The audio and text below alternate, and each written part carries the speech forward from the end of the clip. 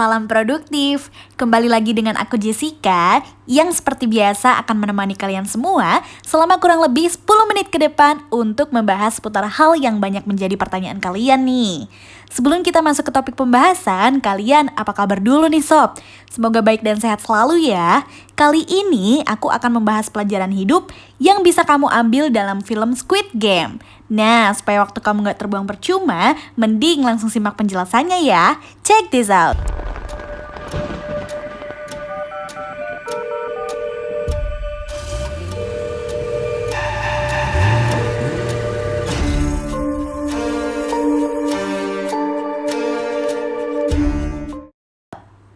Duh, siapa sih yang gak tahu film yang satu ini?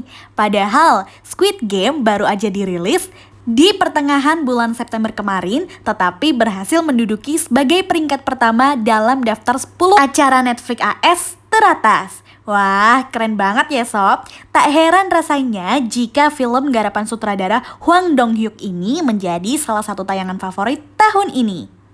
Menjanjikan plot twist yang tidak biasa, Squid Game menceritakan tentang sebuah permainan survival di mana para pemain dijanjikan bakal mendapatkan hadiah uang yang sangat besar jika berhasil memenangkan permainan ini. Itu kalau menang. Kalau kalah, peserta akan dieliminasi saat itu juga. Semakin banyak yang meninggal, maka uang yang akan didapatkan di akhir permainan juga bakal semakin banyak loh sob. Squid Game tak hanya menawarkan kisah menegangkan sekaligus mengerikan, tapi juga pelajaran hidup yang bisa dipetik dari adegan-adegannya. Film ini disebut sebagai analogi dari sistem kapitalisme yang ada di masyarakat, juga kisah ketidakadilan dan keharusan bertahan hidup. Nah, dari beberapa adegannya, ada hal yang jika direnungkan bisa diambil sedikit pelajaran darinya nih sob. TSKS sudah merangkumnya khusus buat kamu. Yang pertama, kemampuan mengatur keuangan dengan baik.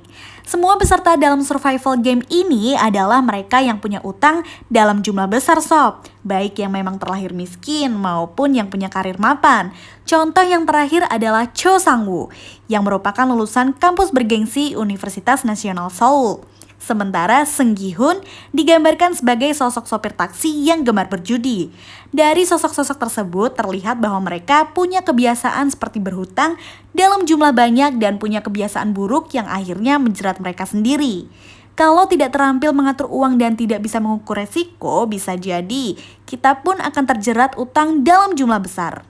Yang kedua, emosi bisa membuat keputusanmu berubah. Dengan kondisi yang menghimpit nyawa, beberapa dari peserta panik sehingga emosi meluap. Keputusan yang diambil juga jadi tak stabil. Beberapa kali terjadi pemain Squid Game termakan oleh kenyataan bahkan rela menyerang teman dekatnya sendiri. Semua ingin keluar dengan selamat dan menempuh hidup baru dengan hadiah yang akan didapatkan. Berbagai perasaan pasti campur aduk saat mengikuti permainan ini.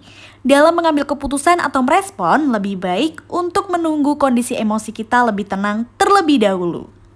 Yang ketiga, kerjasama yang baik bisa membantumu melewati situasi genting.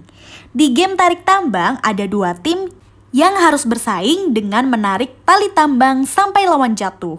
Saat satu tim dengan anggota yang terlihat kurus dan lemas maunya melawan tim kuat dengan anggota pria semua, bisakah kalian tebak siapa pemenangnya? Tim lemah membuktikan bahwa ukuran fisik tak menentukan menang atau kalah. Mereka mengatur strategi dengan baik dan mengatasi permainan dengan kondisi nyawa yang selamat. Hidup sama halnya dengan yang ada dalam game. Untuk bisa mencapai kesuksesan dan menaklukkan tantangan hidup, tentu membutuhkan kiat atau strategi tertentu. Yang keempat, memikirkan diri sendiri itu bukan berarti egois. Dalam situasi tertentu yang mendesak, terkadang kita harus mendahulukan kepentingan diri sendiri dibanding orang lain.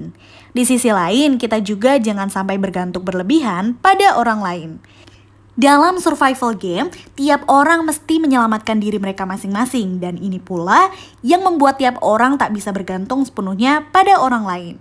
Memikirkan diri sendiri bukan berarti egois sob, tergantung situasi dan keadaan. Yang kelima, jangan mudah percaya dengan orang lain. Dalam kehidupan yang keras, kita jangan mudah percaya pada orang lain. Jika ada seseorang yang menyarankan sesuatu, maka kita harus bisa berpikir kritis dan skeptis terhadap saran tersebut. Ingat, tak semua orang punya niat baik pada orang lain. Kalau biasanya kita mempercayai teman dekat, sahabat atau rekan kerja, di drama Squid Game aturan itu tidak berlaku. Keadaan tidak bisa diatur di dunia ini, begitupun tindakan apa yang akan kita lakukan nantinya. Dalam hidup, sebaiknya jangan terlalu percaya dengan orang lain untuk menjauhi kekecewaan yang mendalam. Itu dia tadi kira-kira perjalanan hidup yang bisa kamu ambil dalam film Squid Game. Gimana nih sob? Ada yang relate dengan kalian tidak? Di balik genre thriller dan alur yang menegangkan film ini, beberapa pesan moral esensial bisa kita petik secara cermat ya.